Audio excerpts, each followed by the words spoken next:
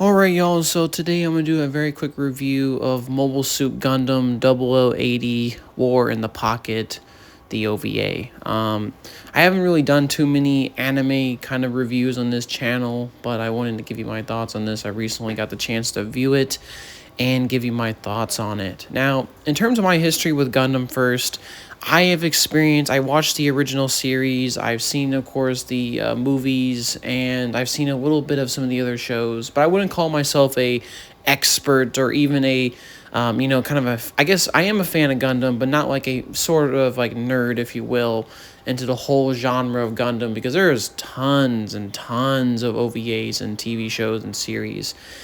And I was recommended to this OVA by a friend of mine, and I decided to check it out. It takes place, if you're curious, in the later days, really at the near end of the 1 year war in the Universal Century timeline.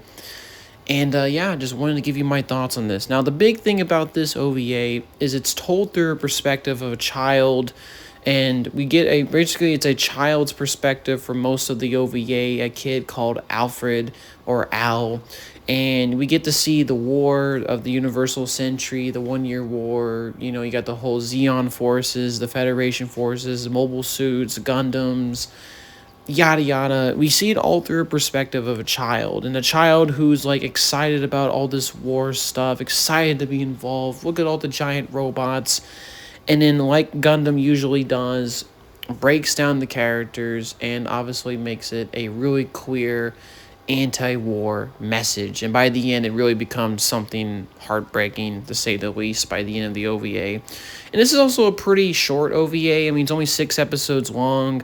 And in terms of newcomers, I mean, I would say you would have to know at least a basic knowledge of the universe to get into this, but it's also, like I said before, it's more focused on its characters and relationships. I feel like someone who's not necessarily, like myself, a Gundam expert can totally get into this.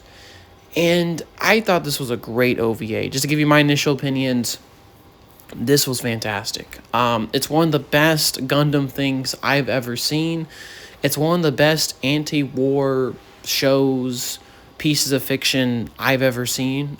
It really communicates it perfectly, the themes of anti-war and against, what really war does to people, the casualties of war, and how it affects everyone's lives. And it's really, really fascinating.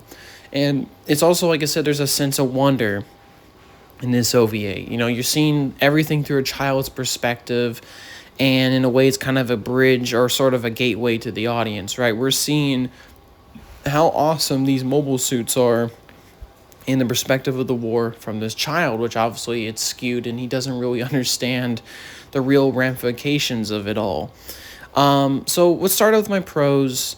Pros are, I think, one, the animation's beautiful, and I watched the English dub for this. I haven't watched the Japanese sub for this.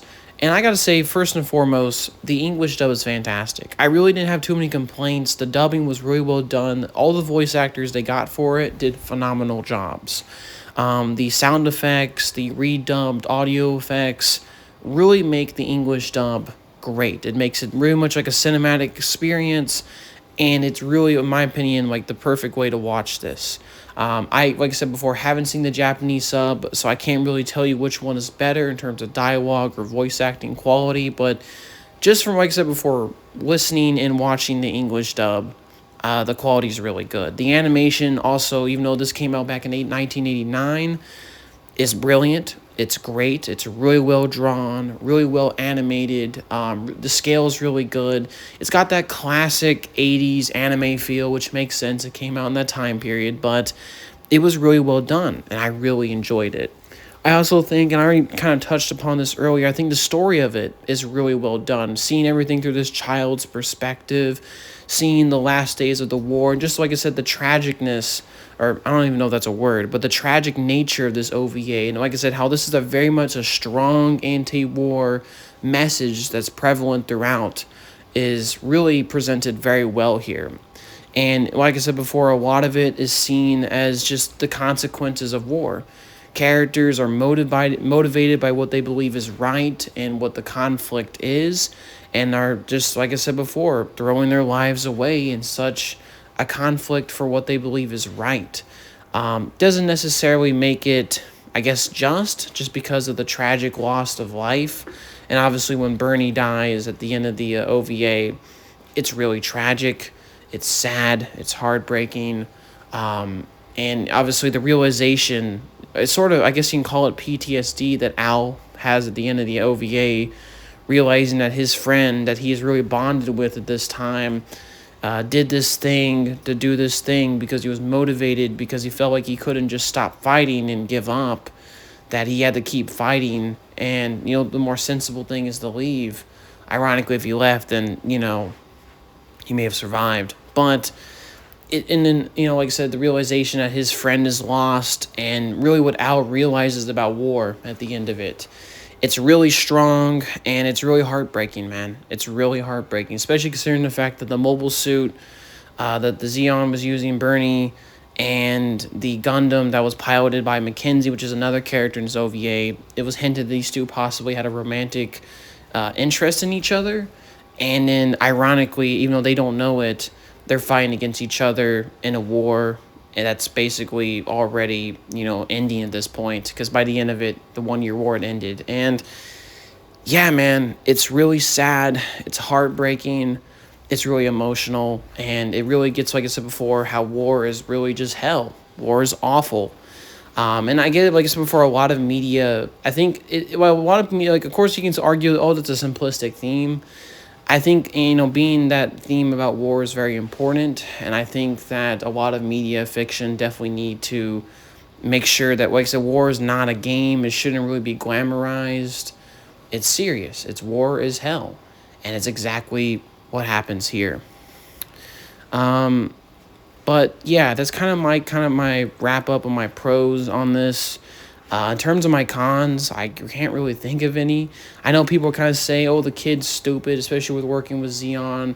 I mean, you have to remember this is a child, right? I mean, he's, like I said before, kind of indulging in everything. He thinks mobile suits, the conflict, how war is glamorized, it's all cool, regardless of whether side it's Zeon or the Federation. He thinks it's all cool. And he also, like I said, forms relationships with other people, especially the Zeon pilot, Bernie. And like I said, that's the thing about this. It's told from a kid's perspective. It's not really meant to be taken from an adult perspective, so you have to remember that. But yeah, I mean, I don't really have too many complaints about this, at least off the top of my head. It's just really well executed. The themes are really well done and presented well. And it's a really tragic and heartbreaking OVA. So yeah, if you're into Gundam stuff, you've probably already seen this, but I highly recommend this. Even if you're not fully into Gundam stuff like I am, watching this was really great. It was a really great experience, and I highly recommend it. At the time I'm making this video, it's also free on YouTube, so that's also, like I said, a very accessible way to watch it. So yeah, highly recommend this, and yeah, it's my thoughts on War in the Pocket. Alright, y'all, hopefully you have a good day, and peace, y'all.